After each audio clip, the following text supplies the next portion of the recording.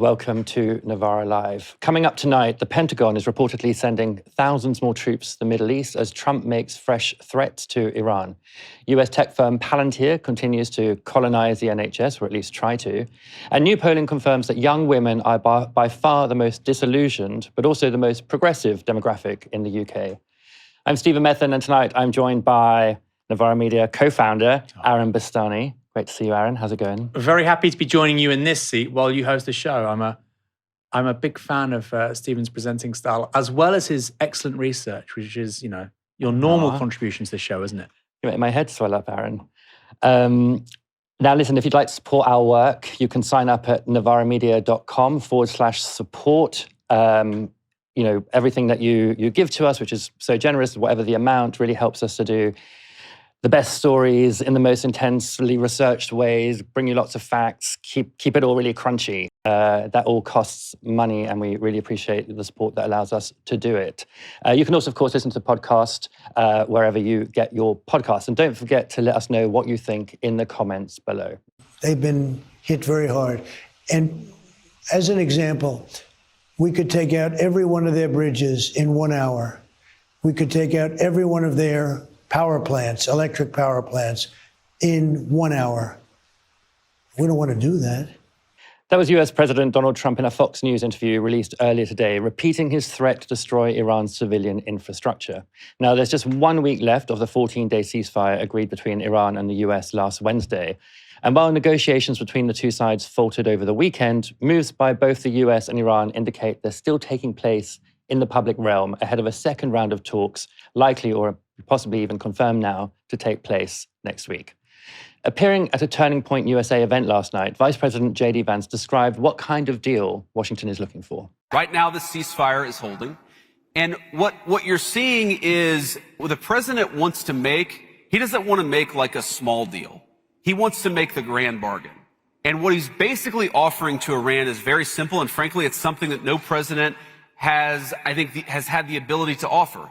He said that if you're willing to act like a normal country, we are willing to treat you economically like a normal country. He doesn't want a small deal. And that's one of the reasons why, one, I'd say in Pakistan, we made a ton of progress. But the reason why the deal is not yet done is because the president, he really wants a deal where Iran doesn't have a nuclear weapon, Iran is not state sponsoring terrorism, but also the people of Iran can thrive and prosper and join the world economy. And that's the trade that he's offering. He's saying, if you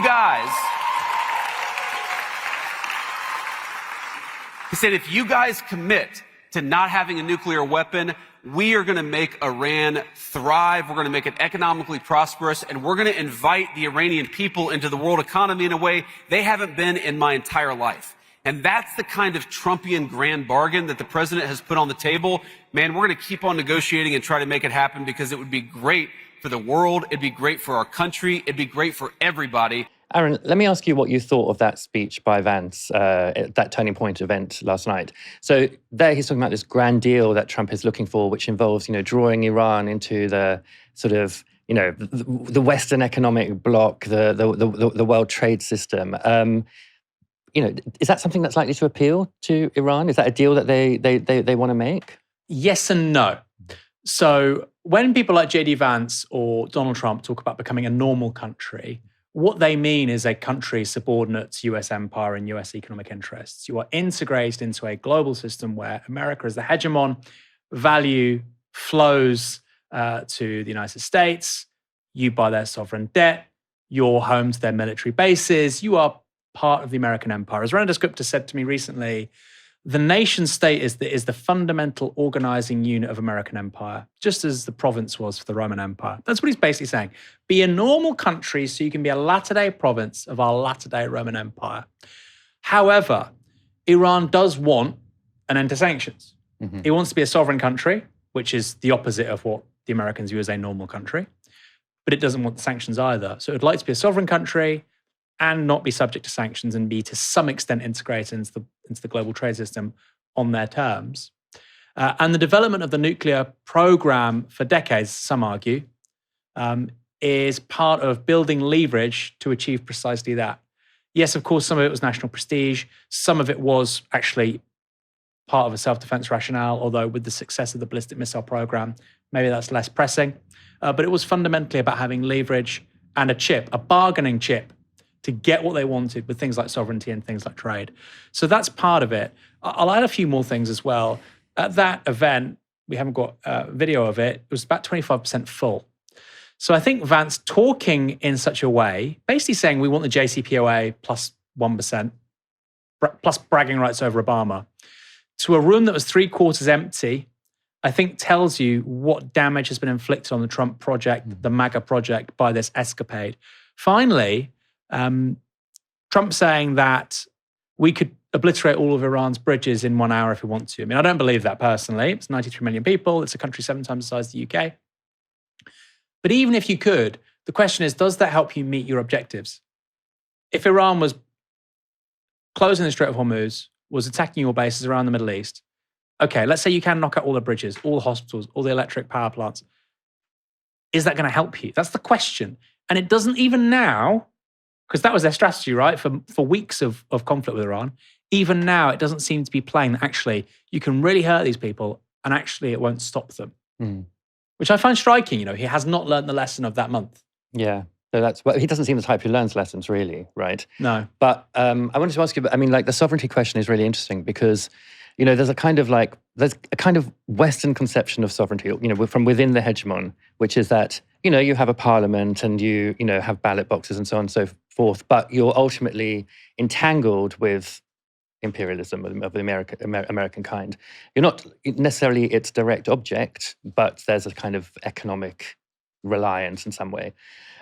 Whereas these revolutionary countries, and I'm thinking here about another one that's in the US sites, which is Cuba, have a completely different idea of sovereignty, where the sovereignty is actually not just about, having your own system within the country, but like resistance. And is that something you think that motivates like American antagonism, just the presence of the resistance, not leaving well enough alone, for example? Or is it something that they just can't understand, that someone would want? Is it something that Trump and Vance can't understand? I don't know. Clearly, you have something similar going on with the Russian Federation and the People's Republic of China. But those are huge countries. And there's been an inability to integrate them within the US global order. That just hasn't happened for a range of reasons. With China, that was always going to be very hard. It's 1.3, 1.4 billion people. But after the success of the Communist Party taking power after the Second World War, it just couldn't happen. Other parts of the world, of course, Europe, other parts of East Asia, the Gulf states are very much, they're at the front line. They're very integrated into American empire. And so some people say, well, Iranians just want to be a normal country, like Dubai, like Egypt. But these aren't sovereign countries. One is quite poor, Egypt, one is quite wealthy, Dubai, but they're not sovereign countries. If tomorrow the CIA wants to get rid of their leadership, want to change the political system, want to change ownership rights in that country, they can. Less willy-nilly than it was, say, during the Cold War, but it's still very much a thing. And it's something I talk about a lot. Khomeini said some wild stuff, wildly divergent stuff, but there's a quote that sticks with me from the Islamic Revolution where somebody asks, what is the fundamental accomplishment of this revolution? He said, for the first time in 200 years, Iran will be governed from Tehran, or 150 years, since the Treaty of Turkmenchai in the early 19th century, where they ceded loads of territory to the Russians, to Tsarist Russia. Iran will be governed from Tehran by Iranians. That is a revolutionary idea in countries like Cuba, Iran, and China, and Vietnam. People have died for that idea. And people are very proud of that. They may disagree with how things have turned out at various points, but there's something about the moment that is very, very important, right? Absolutely. And I do think it's kind of lost on elements of the liberal left who may also be critical of US empire. They don't want to recognize the significance of that achievement or actually why it matters to people who even may disagree with this or that policy or this or that person. Yeah. I think the thing you said about the Gulf states is really interesting because their loss of sovereignty is sort of in exchange for security of some kind. And that security didn't even play out very well for them in this war. And there's this idea that actually, in some sense, security is sovereignty when it's provided by the US, which, of course, as you say, it isn't at all. It's what you give up in order to get the security a lot of the time. Precisely. Yeah. Precisely. And I would also add one more thing, which is I said that the nation state is the kind of basic organizing unit of American empire, which means that you have to contrive a bunch of fake nation states. I don't think anybody seriously thinks the UAE is a real nation state. There are 1 million citizens in the UAE, and I think it has 9 million guest workers, and it's an assemblage of different tribes, and this isn't really a nation state. It's not a country. Same with Bahrain and a host of these other countries as well. You could say Kuwait. And when I say this, people think I'm being bigoted or xenophobic to Gulf Arabs. I'm not. When various interests, when the Hashemites wanted to liberate their part of the world and the Ottoman Empire was breaking up, the idea was a united Arab entity, a greater Arab kingdom, which all of these little statelets would be in alongside, of course, Saudi and Yemen and Oman. And that was the idea of an Arab civilization state. These are not real countries. And so that idea of not real countries, the security, and also not being sovereign. I mean, for me, the UAE is the most directly transferable example of this. Might as well just be a Roman province. It's very, very, very similar. Right. A very affluent Roman province. Well, let's go on with this story. J.D. Vance may be preaching grand deals and economic prosperity, but the US appears to be preparing to get that agreement potentially by force. The Washington Post reports that the Pentagon is sending thousands more troops to the Middle East as the Trump administration attempts to squeeze Tehran. Included amongst those being sent are sailors and Marines intended to enforce Trump's counter-blockade of the Strait of Hormuz, aimed at preventing Iranian oil from reaching the wider world. According to officials who spoke to the Washington Post, the troops are also being put in place in case talks fail. This is from that article. Administration officials have discussed everything from launching a complex special operations mission to extract Iranian nuclear material, to landing Marines on coastal areas and islands to protect the strait, to seizing Karg Island, an Iranian export facility in the Persian Gulf, officials have said. Enforcing an extended blockade will be a tall order for US forces, but any of those ground operations would be significantly riskier, said Mick Mulroy, a retired Marine and CIA officer who served in the Pentagon during the first Trump administration. It's not going to be without consequences, he said of such a mission. There will likely be casualties. In response to the ongoing US blockade, as well as the buildup of troops in the region, a top Iranian commander has today said this: if the aggressive and terrorist US continues its illegal action in enforcing a maritime blockade in the region and creating insecurity for Iranian commercial vessels and oil tankers, this action by the US will be a precursor of violation of the ceasefire, and the powerful armed forces of Iran will not allow any exports or imports in the Persian Gulf region, the Sea of Oman, and the Red Sea to continue. Now, that reference to the Red Sea may indicate future action from Yemen's Houthis, who have already indicated a willingness to enter the war. You may remember in November 2023, Houthi forces began attacking and even boarding ships passing through the Bab al-Mandeb Strait into the Red Sea in response to Israel's genocide in Gaza. They said they were targeting ships linked to Israel or its allies, and that naval blockade continued for 2 years, coming to an end following the Gaza ceasefire in October last year. In those 2 years, however, the impact of the Houthis' actions on shipping was immense. The blockade of the Bab al-Mandeb Strait at the south end of the Red Sea saw a greater than 50% drop in Suez Canal traffic at the peak disruption period. That's a route that around 15% of global trade passes through on its way to Europe and the West via the Mediterranean. It would potentially also have a further impact on the oil trade. That's because some Saudi Arabian oil has been able to leave the country from its ports in the Red Sea, transported there via a pipeline from the east of the country. That route would be hindered by a Houthi blockade on the Red Sea. Now, the last blockade was very costly, with cargo ships rerouted around Africa, adding around 2 weeks to journeys, meaning that freight costs surged sharply. Additional costs were added when insurance premiums more than doubled, with up to 10 billion worth of cargo affected daily at the height of the blockade. You've got troops now heading to the Middle East. You've got the Houthis being sort of put on standby potentially by Iran. Is this all in the realm of rhetoric, or is there really the potential for the ceasefire to fail and for a wider war to erupt in the region? Well, I think the ceasefire can fail without there being a wider war. As I said a few moments ago, Iran, I think 7 times the size of the UK, much bigger than Iraq. Iraq, I think during the time of the Second Gulf War, I could be wrong, had about 25 million people. Iran is 93 million people. Iran is, in terms of its population, is basically 2/3 the size of Russia. With this big ballistic missile program, very ideologically committed cadre of people willing to fight for it. Very ideologically motivated population amongst some parts of that population. 10 million plus people, clearly, regardless of the nonsense that you hear on social media. So the idea that you could just steamroller it, we've talked about this at length, obviously, but the idea that you could just steamroller it like Iraq, and again, that wasn't really a walk in the park after the initial quote-unquote victory, is unlikely. I think Trump probably is committing more troops there to A, intimidate Tehran, B, maybe to do some kind of military incursion, limited.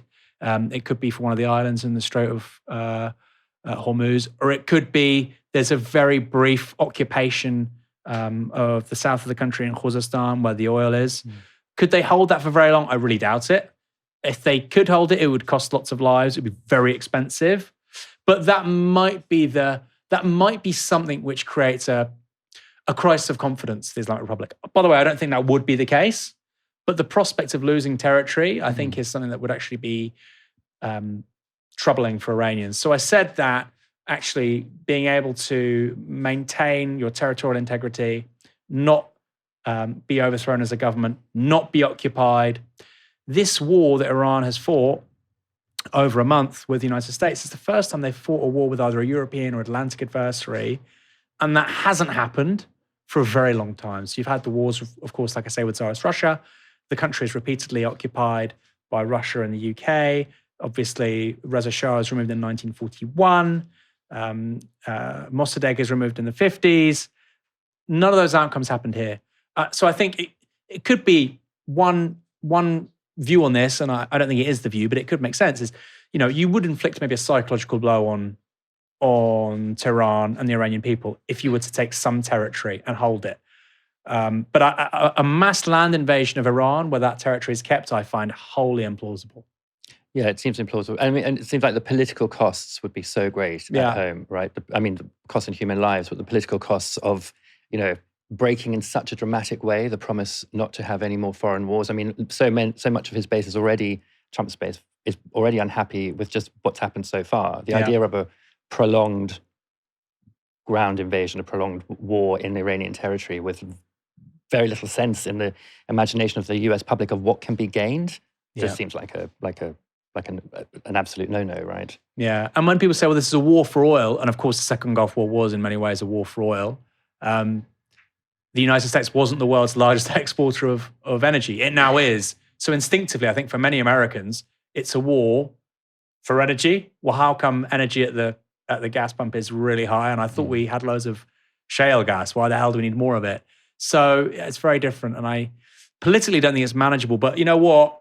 I don't think that the last 3 months would have been politically manageable for Trump. He did it anyway at great cost in terms of his brand as a politician, but he did it anyway. So who knows? Yeah, I guess we're yet to see whether it was politically manageable in the end. Now, to discuss these developments and the ceasefire talks next week, we're joined now by a friend of the show, Séamus Malekafzali, a journalist who's written a lot about the Middle East. Séamus, welcome to the show. Séamus, I wanted to put a question to you about the build-up of troops in the region. Mentioned as well, it's the same question I asked Aaron, really, the Houthis being sort of put on standby in the Red Sea. Are these, to your mind, just sort of postures at this point in the midway point of the ceasefire ahead of negotiations, or are there real risks here of something bigger happening in the coming weeks? That is very difficult to ascertain. Right now, there seems to be this whole kerfuffle over whether or not Lebanon will be added to the temporary ceasefire. That might happen tonight. The Israelis are denying it, but they are ultimately at the mercy of American negotiators as to whether or not Israel will agree to that. And there's news swirling that there might be a temporary ceasefire extension because there were reports that Iran actually agreed to a lot of concessions during the negotiations with Vance. Apparently, they were willing to entertain a 5-year nuclear enrichment pause, but Vance wanted 20 years. That's why they weren't able to do anything with that. But I think the Bab el-Mandeb is a significant risk if Trump keeps pushing for further and further severe action like this blockade. The Houthis were kept in storage for that reason, only firing a couple of missiles, because once that card in the Bab el-Mandeb is played, there are very few ways to up that ante. The Houthis had tried to strike ships in the Mediterranean during their blockade, but however many things they tried to hit, they weren't able to hit any shipping or disrupt any shipping to Israeli ports in the Mediterranean. So if they wanted to go for that, it would have to be all out. And right now, as long as ceasefire negotiations are proceeding, there is no reason for them to immediately implement this. Let me ask you about the deal that you brought up there, the enrichment pause. It seems so obvious from the outside that it's very, very important to Trump that whatever he gets, it has to be, in his view, better than the Obama deal. So like a red line is going to be, there's got to be some pause because that wasn't present in the Obama deal. And it looks like at this stage in the negotiations, 5 years is just not enough for the Americans. But I guess at some point they may come down that way. But I'm curious to know why enrichment is so important to the Iranians. Why wouldn't they agree to a pause of, 10 years, for example? Well, I mean, when you speak to Iranians, other Iranians, of course, are going to talk about their national right, about that being part of maintaining its sovereignty. There is obvious leverage in the fact that they continue to enrich uranium. That's why, before all this war, several years ago, the Iranian parliament authorized upping enrichment to 20% and then up to 60% in order to pressure the United States to come back to the negotiating table and remove sanctions, which didn't work, but it was leverage that they would not have been able to try to use if uranium and the entire stockpile was removed under the JCPOA and not just a overwhelming majority of it. But also there is the threat of what happened to other states that they are looking at that in history, like Libya. When Libya denuclearized, ended its nuclear program, gave everything away, had inspectors come in, did that diplomatic rapprochement, had Tony Blair come in, all of that ended up being for naught. The civil war happened, NATO came in, intervened, killed Gaddafi, and Libya is now in a state of perpetual civil war where a third civil war is now very much on the horizon.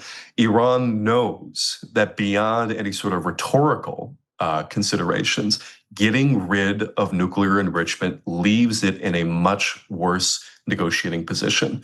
Back when things were being discussed with Witkoff and Kushner last year before the 12-day war, there were concessions being made of even a 3-year nuclear enrichment pause. But as soon as Witkoff heard that, he came back and said, actually, we want 7 years.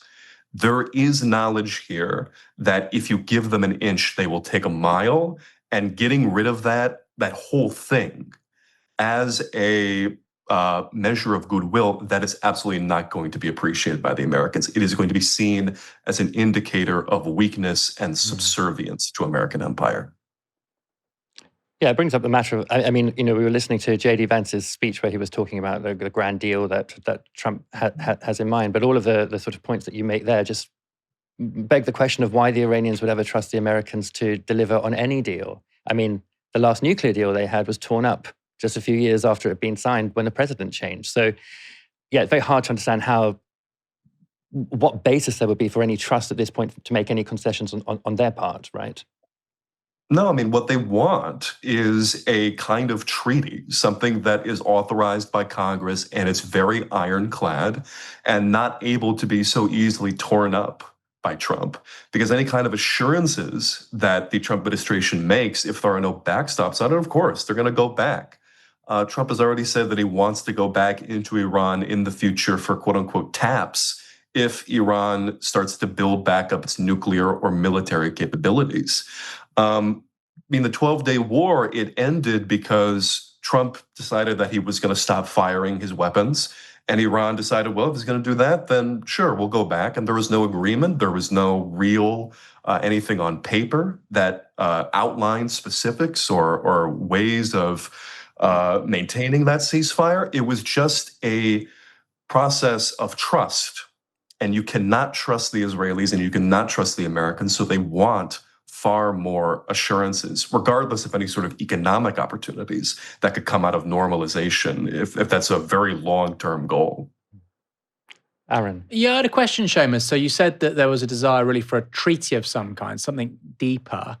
I look at the relationship between the US and Iran here, and I sort of see, because I've been thinking a lot about supply chains with renewable energy, America was not able to actually get an identifiable strategy on supply chains for EVs and solar panels, et cetera, et cetera, et cetera. I couldn't do these things for a really long time because this very adversarial two-party system. They just couldn't have a strategy, right? Not even in a way that some European countries might, let alone a one-party state like China. I mean, many criticisms you can make of a one-party state, but it's pretty reliable. So would a treaty even satisfy that? Because given the polarization of American politics, given the primary system, the composition of Congress can change really quickly. You can have populists from left or right all of a sudden be insurgent forces within their respective parties. Why would a treaty change the sort of political calculus for Tehran? I mean, in the Iranian diplomatic mind, it would have to be something stronger than a JCPOA, which was just immediately torn up by Trump. But I would agree that it would not be actually that strong. There have been more pragmatic officials within the Iranian government who have been literally killed, like Ali Larijani. But there are still people in the Iranian diplomatic corps who still believe in the power of diplomacy, people like Araghchi. No matter how many times they have been deceived by the United States and Israel, there is a belief that there is an ability to achieve things as long as they ask for something concrete. I've said this numerous different times before to numerous different people, but the only actor that I think truly understood what negotiating with America and Israel would be was the Houthi movement in Yemen. Because despite the fact that Yemen bombed Israel numerous times during this war, in coordinated attacks with Hezbollah and Iran at the exact same time, they were not bombed by Israel, and they were trying to, the Israeli army was trying to push that off because they knew that embroiling themselves and the United States into another war with Yemen was going to end very, very badly for them, because the Yemenis were not willing to negotiate, period, except for a very quick negotiation at the very end, which still allowed the Yemenis to continue bombing Israel. There is a reason why all of these strike groups, all of these aircraft carriers are in the Arabian Sea near Oman, but the USS George H.W. Bush is currently not going through the Red Sea, as the Gerald Ford attempted to, but is going around South Africa, adding weeks onto its travel times because it does not want to potentially provoke the Houthis into battle. As long as there is trust in the negotiating process, I don't think that Iran is going to get everything that it wants. That's super interesting. And just in terms of that reformist wing of people, so Araghchi and prior to him, Zarif and so on, where do you think they stand domestically? Because as somebody who's an outsider who doesn't have, huge insights into Iranian domestic politics, it feels to me that that reformist faction has been, to some extent, discredited by the events of the last 6 weeks. And the principalist faction has been somewhat enhanced. What's your position on that? Because you sound skeptical of this worldview of people like Araghchi that still maintains an idea of America that maybe when it comes to actual evidence isn't there. Well, you do see in conservative newspapers in Iran constantly talking about reformists, either the ones who are currently in prison or out of prison, seeing the light, as it were, about negotiations with America, the relationship with America, republishing statements from Mustafa Tajzadeh, who is currently in Evin prison, being like, look what he is saying about this. Look what Khatami is saying about this, the former president. Araghchi seems to maintain a level of popularity within the country. I haven't seen any specific condemnations of him, but Zarif in particular has gained a lot of ire with the Iranian public. He published an op-ed in Foreign Affairs about, I think, a couple of weeks ago, maybe a week ago, where he said that Iran should declare victory now and reopen the Strait of Hormuz because of the potential for economic damage to the rest of the world. And right when that op-ed was published, there were people demonstrating in the street that night at these pro-government demonstrations, burning his image, chanting against him as a rootless diplomat. It was not well received at all within seemingly any faction of Iranian politics. That sort of blind trust in diplomacy and the failure of the JCPOA, the clear failure of that, has really pushed people away from the reformist camp. And I don't anticipate that it will return that way anytime soon. On that question of trust, I wanted to go back to the potential Lebanon ceasefire, because I was reading something I think in one of the Iranian news agencies today, talking about this was now a concession that had been made, the Lebanon ceasefire. It was part of like the Iranian negotiations, it was an accomplishment on their part. But obviously, it does seem to put the security of any negotiations in the hands of a country that's never met a ceasefire that it didn't immediately break, right? Which is Israel. And Israel doesn't seem... So, the value of that ceasefire in the negotiations will only be insofar as America can constrain Israel, which it hasn't proved that successful in doing from time to time. But we had the shocking bombing of Beirut and other parts of Lebanon last Wednesday, just as the ceasefire was being agreed. So, is Israel a likely spoiler in this case, or will the US be able to constrain them long enough to get some kind of deal? Absolutely. Israel is kind of a spoiler. It was not admitted to by Trump just yet. He obviously has a very big mouth that runs a lot. But there were reports that the White House had agreed that Lebanon would be part of a ceasefire, but then Netanyahu had come in and called Trump and said that Lebanon was not part of that ceasefire. And then that's how Lebanon became such a violent target the morning afterward. And you're correct that Israel and America really cannot be trusted, and America needs to be in the position of restraining Israel for this to work, which is why Iran is attempting to maintain this unity of fronts in whatever way it can, even if I don't know if it's really working at this point. In the absence of America's ability to restrain Israel, the only thing that would guarantee that ceasefire is if violations would be met by a unified response by Iran and its allies, the acts of resistance. When that started to break down, then we saw these normalization talks with Lebanon, currently discussions that there might not even be a ceasefire in Lebanon until there is a long-term agreement between Israel and Lebanon. And the longer that Iran is inactive, the longer that it hedges and tries to incorporate Lebanon into only a week of this ceasefire, my fear is that the ability for Lebanon to be free of this war is going to continue going out and out on this timeline.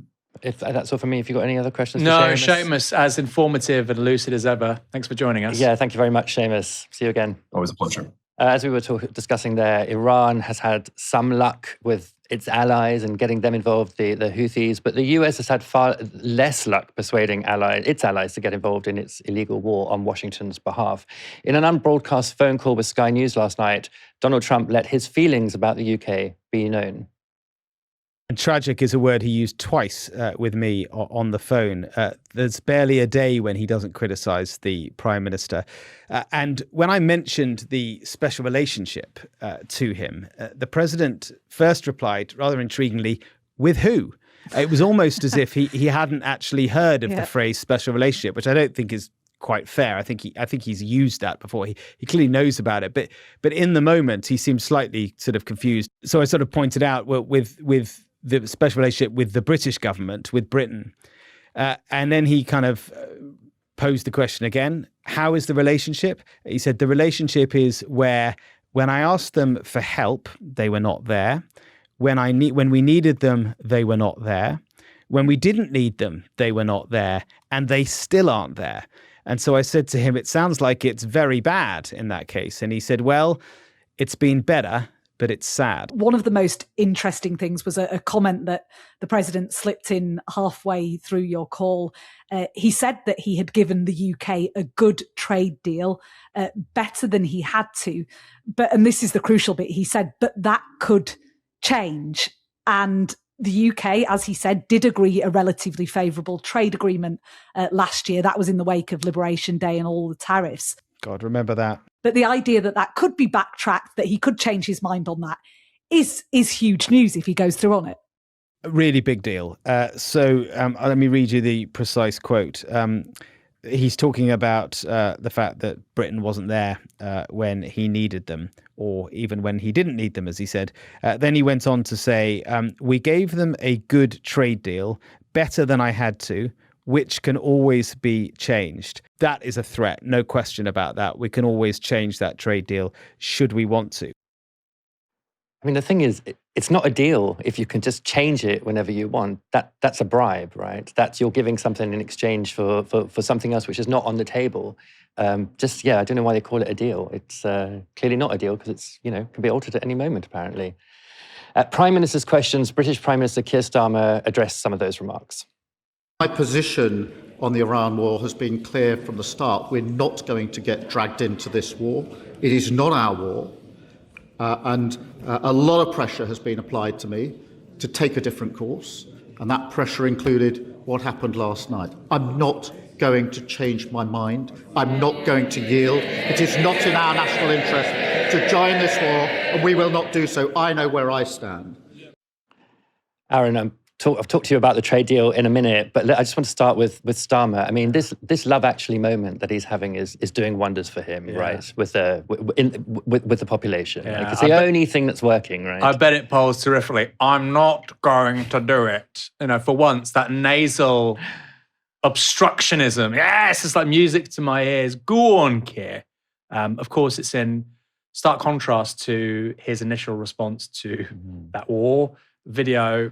Famously, or maybe infamously, uploaded his TikTok account where he seemed to come across like Maverick and Top Gun, and there was some music and helicopters and aircraft carriers. They immediately reined that in. They saw what was happening. This is terrible. High inflation, no objectives. It will fail. Polling immediately very bad. And I think that Labour are going to have a very bad set of local elections. They're going to get hammered in Wales. They'll probably finish third in the elections for the Senedd. They'll probably finish third in elections for Holyrood in Scotland. But I think his positioning on this is the thing that will save him. It's given him grace. So I think they can lose a large number of councillors, but he's still there. And war does sharpen minds. Does Angela Rayner want to be the PM while this is happening in 2 months' time? Probably not. So I do think this has been a gift to him politically. And at the same time, we shouldn't take it for granted. Had there been a Tory Prime Minister while this was happening, we would have been embroiled in yet another stupid, pointless, counterproductive war. And maybe even UK service personnel would have died. So that's important. Yeah. Kemi Badenoch keeps saying her words were twisted when she was saying we should go into war. They weren't. She did say that, right? And now, of course, she's realised that would have been a stupid thing to do as well. On this idea of tearing up the trade deal, I mean, it's this question of trust. Trump doesn't seem to realize that actually he has some capital as well, which is trust when he makes these deals. And when he does this sort of threat, he loses it, right? He loses it globally. In a way, the UK with that threat is sort of getting a taste of what Iran is getting. I mean, without the bombing and stuff, but this kind of heavy-handed real estate negotiating and mafia negotiating tactic. Is it the kind of thing you think he'll carry through on? Possibly. As I understand it, the tariffs on EU goods was 20% in terms of EU imports to the United States. So French red wine or Italian Parmesan. And for UK exports, it was 10%. So the threat presumably is that it will be equalised at the EU level. Maybe if he's feeling particularly vindictive, it'll be 30%. Yeah. That would be very Trumpian, wouldn't it? At the end of the day, a 10% tariff difference, I mean, is that going to make or break the kinds of exports we send to the United States? So financial services is counted as an export, or luxury goods, a Burberry Mac or a Scotch whiskey Kerrygold butter from Ireland, or that's in Ireland and in the EU, of course. But those are the kinds of goods, agricultural goods, food goods, luxury brand goods that we're sending to the US. Are those consumers that sensitive to that kind of price difference? Not really. I mean, you'd rather not have it, but it's not the worst thing in the world. I think the kinds of companies that will be hit by that are much more worried about a recession globally. Yeah. They're much more worried about rising energy crises and prices, rather, as a result of an energy crisis. They're much more worried by the political aftershocks of US foreign policy in West Asia. That'd be the main concern. So, yeah, not nice, but I think in a way tariffs kind of pale beside the prospect of interest rate rises, high inflation, high energy. Yeah, and a kind of shock cycle that you can't get out of anytime soon, right? Well, on the economics, let's go to another aspect of the war. There was this quite interesting report on the war in The Guardian today showing that, violence isn't necessarily bad for business, depending on the business you're in. According to the report, big oil companies and states are hauling in huge war profits, earning an extra $30 million per hour since the war began. And if oil prices remain around $100 a barrel until the end of 2026, the excess profits will amount to nearly $240 billion. This is from the report. The excess profits come from the pockets of ordinary people as they pay high prices to fill up their vehicles and power their homes, as well as from businesses incurring higher energy bills. Dozens of countries have cut fuel taxes to help struggling consumers, meaning those nations, including Australia, South Africa, Italy, Brazil, and Zambia, are raising less money for public services. Pressure is growing for windfall taxes on the war profits of oil and gas companies, with the European Commission considering a request from the finance ministers of Germany, Spain, Italy, Portugal, and Austria to send a clear message that those who profit from the consequences of war must do their part to ease the burden on the general public. It would make it possible to finance temporary relief, especially for consumers, and curb rising inflation without placing additional burdens on public budgets, the ministers said in a letter on the 4th of April. The EU's fossil fuel bill has risen by 22 billion euros since the start of the Iran war. Now, the distribution of those profits is truly global. Saudi Arabia's Aramco is set to be the big winner, earning an extra $25 billion by the end of the year. 3 Russian companies, Gazprom, Rosneft, and Lukoil, will likely make the same between them, meaning that those profits from the war will likely be used in some way to fuel another one, the invasion of Ukraine. ExxonMobil and Shell will also profit, and the value of both companies has risen significantly since the war began, with ExxonMobil adding almost $120 billion to its value, while Shell is worth $34 billion more. Aaron, it's huge amount of profits being raked in by these oil companies if the price of oil keeps going up or stays where it is at the moment. And it's not just, I guess, for countries worrying about the price of fuel at the pump being hard on consumers. We're actually seeing political fallout from it on the streets of Ireland, for example, where there have been fuel protests. Apparently, there have been some in Norway as well. So a kind of spread of potential unrest as prices surge again so quickly after they last surged around the world. And this is with oil at $100 a barrel. There was talk of it being a lot higher, $200 a barrel. I think in the event of a major conflict regionally, that's what we'll be looking at. I think the modelling suggested $100 a barrel would give Putin a sort of tax bonanza of around 50 billion euro. 50 billion in 1 year to fight a war against Ukraine is pretty damn useful. And if you're trying to match Russia, of course, euro for euro or dollar to dollar, that means that money's then got to be found by the Europeans. So not only are European consumers paying more for energy, not only are they being hit by inflation, not only are their governments increasingly unpopular because they might have to increase interest rates, but also they're having to pay more for their energy, which they import for the most part. Almost all of Europe imports energy, some rare examples, Norway, as a net exporter of energy. So it is quite extraordinary. I'd also add, you see Saudi Aramco there and Kuwait, you think, well, that's great for them. But of course, the damage they've been subject to is far in excess of that. And I've seen some data suggesting that despite, and this is really extraordinary, Stephen, when you think about it, despite the fact that oil is going to $100 a barrel, which should be a bonanza for the Kingdom of Saudi Arabia, they're projected to see an 8% economic contraction this year because the other sectors on which their economy has embraced, tourism, various other products, real estate, has collapsed. Yeah. So an 8% recession when you have runaway oil prices is not meant to happen. So it really does underscore how the rule book for the politics of the region are being rewritten. US tech firm Palantir is slowly gaining ground in the National Health Service. Last month, the British Medical Journal reported that a coalition of NHS organisations was urging hospitals across England to boycott the Palantir Federated Data Platform. That was after NHS England issued a directive that all should now adopt the controversial software. Last week, The Guardian reported an alarm within the NHS that Palantir engineers had been given NHS email accounts and with them access to a directory of 1.5 million NH staff. That is, it goes without saying, incredibly valuable and also privileged data. And on Tuesday, the Financial Times reported that NHS officials have warned staff over their criticisms of the rollout of the Palantir platform in the service, with some reporting having their jobs threatened as a result of their statements. The growing boycott of the Palantir platform within the NHS, where its adoption is currently voluntary, at least technically, is fueled by a number of concerns. There's the use of Palantir's artificial intelligence system by the Israeli military, with newer and bigger contracts signed in the midst of the Gaza genocide, with CEO Alex Karp bragging to Bloomberg in early 2024 that the company's products were in greater demand in Israel than ever since October 7th. Earlier this year, it was also reported that medical records are included in the data sets used by Palantir Technologies to help US ICE agents target people for deportation or an imprisonment. And maybe it's just me, but I'm really not sure that companies whose business model involves killing and capturing people should be in our health service at all, let alone have access to NHS data.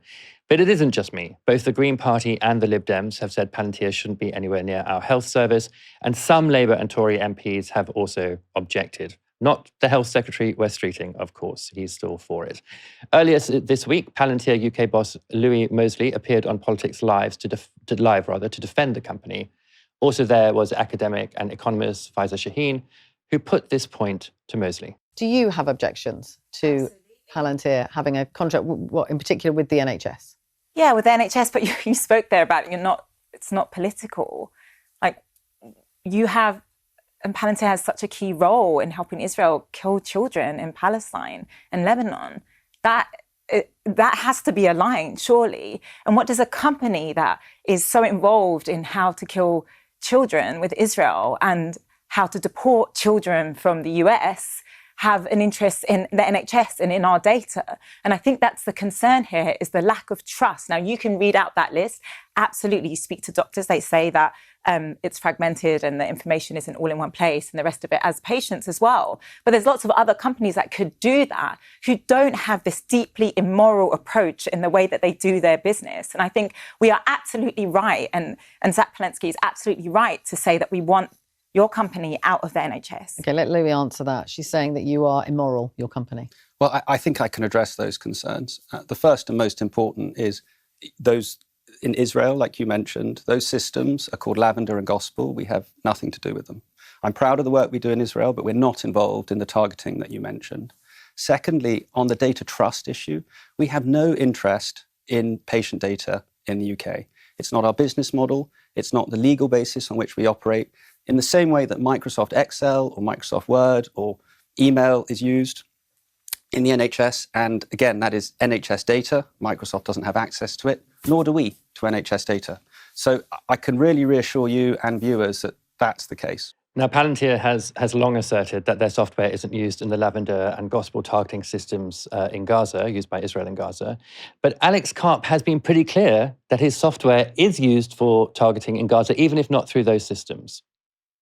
The obvious fact is, if you care about not being surveilled illegally, if you care about the treatment of people who come into the country illegally but deserve adequate treatment, if you care about lives in Gaza, in Ukraine, and all over the world where Palantir is used, you're going to want the best software in the world, because it's the only way you can reduce and more precisely target the people and justifiably. And actually, the only way where you can say this person did this and they deserve to go.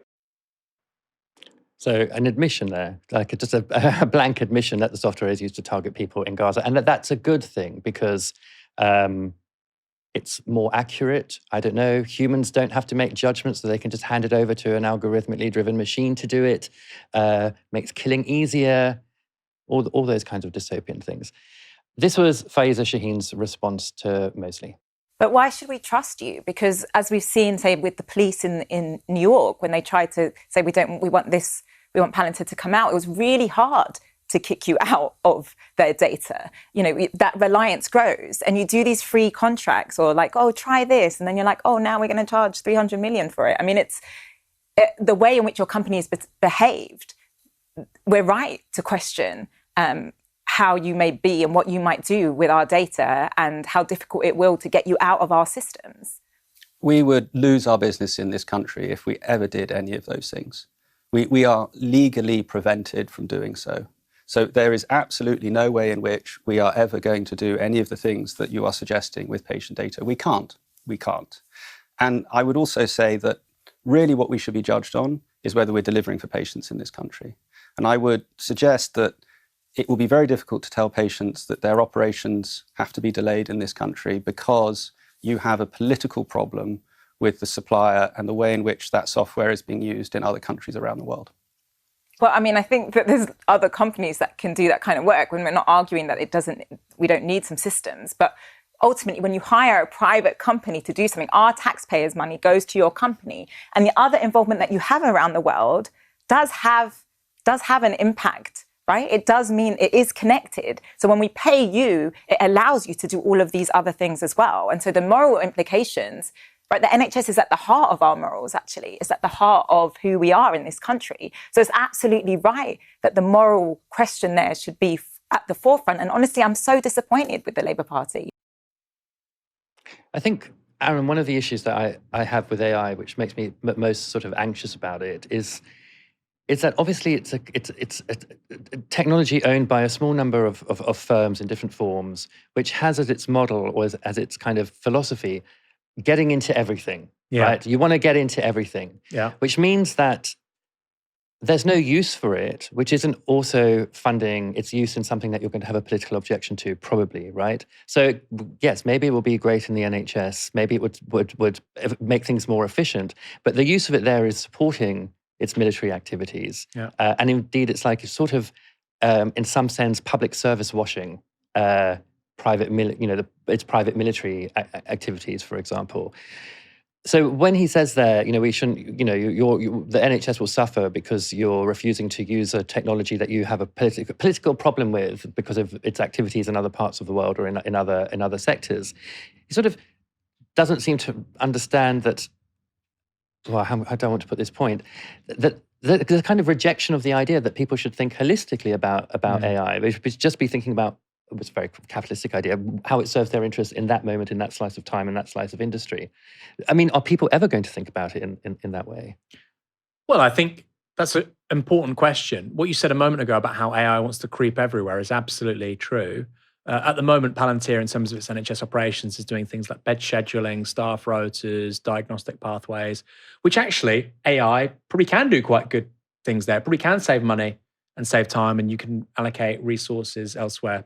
Right. I'm not suggesting Palantir should do that, but I think those are the kinds of services where you could see analytics-driven AI being very, very useful. Of course, that's just the leading edge. Eventually, it would do more and more, I think, to the point that where lots of tasks in the future will be automated, even in the application of healthcare, they would be there as well. They don't want the NHS to exist. And that's not just a point about the NHS, it's right across the world of work. I don't know if you've seen this recently, but there was a factory in India where men were stitching textiles. It was men for some reason, usually it's women. And they were stitching textiles together, and they had cameras on their heads, seeing their hand movements so that these can be recorded and so that machines could be trained about the fine motor coordination needed to create this product. Extraordinary. So they're not just being exploited in that work where they're being paid probably very little for what they're doing, but also they're helping to simultaneously train the machine that will replace them and make them redundant. That's what's different about AI. And they're not being paid to do that training, right? No. Additionally, right? Quite. So they're being exploited on two counts. So that's one thing. This doesn't stop. This doesn't stop. This just goes deeper and deeper and deeper and deeper. And by the way, when you watch that clip of Mosley, yes, that family, Mosley, although of course never judge the son or grandson by the sins of the grandfather in this instance, he was trained by the media, for the media rather, within an inch of his life. It was like I was watching Clavicular. He was so calm. It's like he was on beta blockers. I was going to say beta blockers, yeah. He was just there saying, well, why would you deprive patients of this incredible service? And And again, by the way, we heard all of this in the late 1990s with NHS software updates that, new IT systems that Tony Blair was very enthusiastic about and ended up being a waste of about £10 billion. So that's a dangerous argument. Actually, it's not even an argument because, you can't say that this thing in the future won't happen, therefore they're missing out. Well, they're not missing out because it hasn't happened yet. And then finally, and this is really a centre-right argument, Stephen, even if you think that AI should be in the NHS, even if you think there's room for private sector investment to be pushing AI in the NHS, which I think most Tories would say, shouldn't it be a British company? Yeah. Why is it an American company? And he compares it to Microsoft and Google and Meta. Are you spotting a pattern there? They're all American firms. And the money generally goes back to America. It's America that's benefiting from this work, these contracts. And I think there's a bigger argument to be made about dependence on US infrastructure, whether it's military, whether it's civilian technology like this, whether it's just the consumer technology we all rely on, from Netflix to, Apple Pay. I think that the centre-right should be part of that conversation because I thought they wanted what's best for this country. And what is not best for this country is billions every week going across the Atlantic to US big tech. So whichever way you look at this, moderate, radical, left, right, I don't see why you would want more Palantir in the NHS. It's a security issue as well, right? Yeah. We happen to have a certain kind of relationship with the US at the moment. Yeah. If that alters, but their proprietary technology of a private company in California or wherever they are is embedded into our health service, for example, or into our banking systems or into our government, that is just a security risk. I mean, we wouldn't do it with China, right? We're doing it with the US because we're currently in a position of allyship with them. But, that may change over time. Yeah. I mean, we were told that we shouldn't have Huawei building 5G systems in this Right. country because we would become dependent on Beijing. It's okay to become dependent, which, by the way, we wouldn't. Nokia and Ericsson are European providers of the same technology. They do the same thing, not as cheaply and effectively, but they still do it. This is really, really dangerous. And I think the levels of technological dependence on the United States is something we don't talk about nearly enough. Let's say Palantir had an expanded role in the NHS and other civilian areas too, and Alex Karp does something awful. Palantir is found to have behaved in a criminal way, as Meta was in the past, for instance. And then they're subsequently punished. There's a political conversation in this country, well, we don't actually want this kind of company involved in literally life or death services that we all depend on. Well, sorry, we can't do that actually because, Palantir, in terms of a provider of service, the NHS is too big to fail. We can't get rid of them. Let's be serious. Let's be serious. We shouldn't have that kind of player inside the healthcare market in this country, which is a state system, but there is a market, sadly, because we use private contracts for loads of things. But equally, I don't think the NHS should be relying on any firms that are not resident in the UK. Now, I know Palantir will have a UK wing, but I think there's real problems there. And I'll just finish with one thing quickly. MI5 and MI6 in this country, their data servers are Amazon. So this idea, and we talked about it with Iran, about Iran being a sovereign country. We're not a sovereign country. How can you be a sovereign country when MI6, when James Bond and Q, all their emails potentially and all their data is ultimately reliant on an American company? That is not sovereignty. That is not independence. Strangely enough, despite people like Nigel Farage talking about that till the cows come home, when it comes to American technology firms being able to hold us by the short and curlies, they don't seem to mind. Right. All right, Aaron, I think we're going to call it there. Oh, actually, I'm going to read out one super chat, only because it's so flattering. Len McBain with £5 says, when I think suave, I think Stephen. No one has ever said that to me before, but I'm going to take it. Thank you very much. Aaron, thank you so much for joining me tonight. So we did have another story. I'm sorry, we're going to try and end on time. We'll bring you that story tomorrow or Friday instead. And yes, thank you, Aaron, for joining me tonight. My pleasure, Stephen. And thanks everyone for tuning in. Come back tomorrow for another live stream from 6 p.m. For now, you've been watching Novara Media. Good night.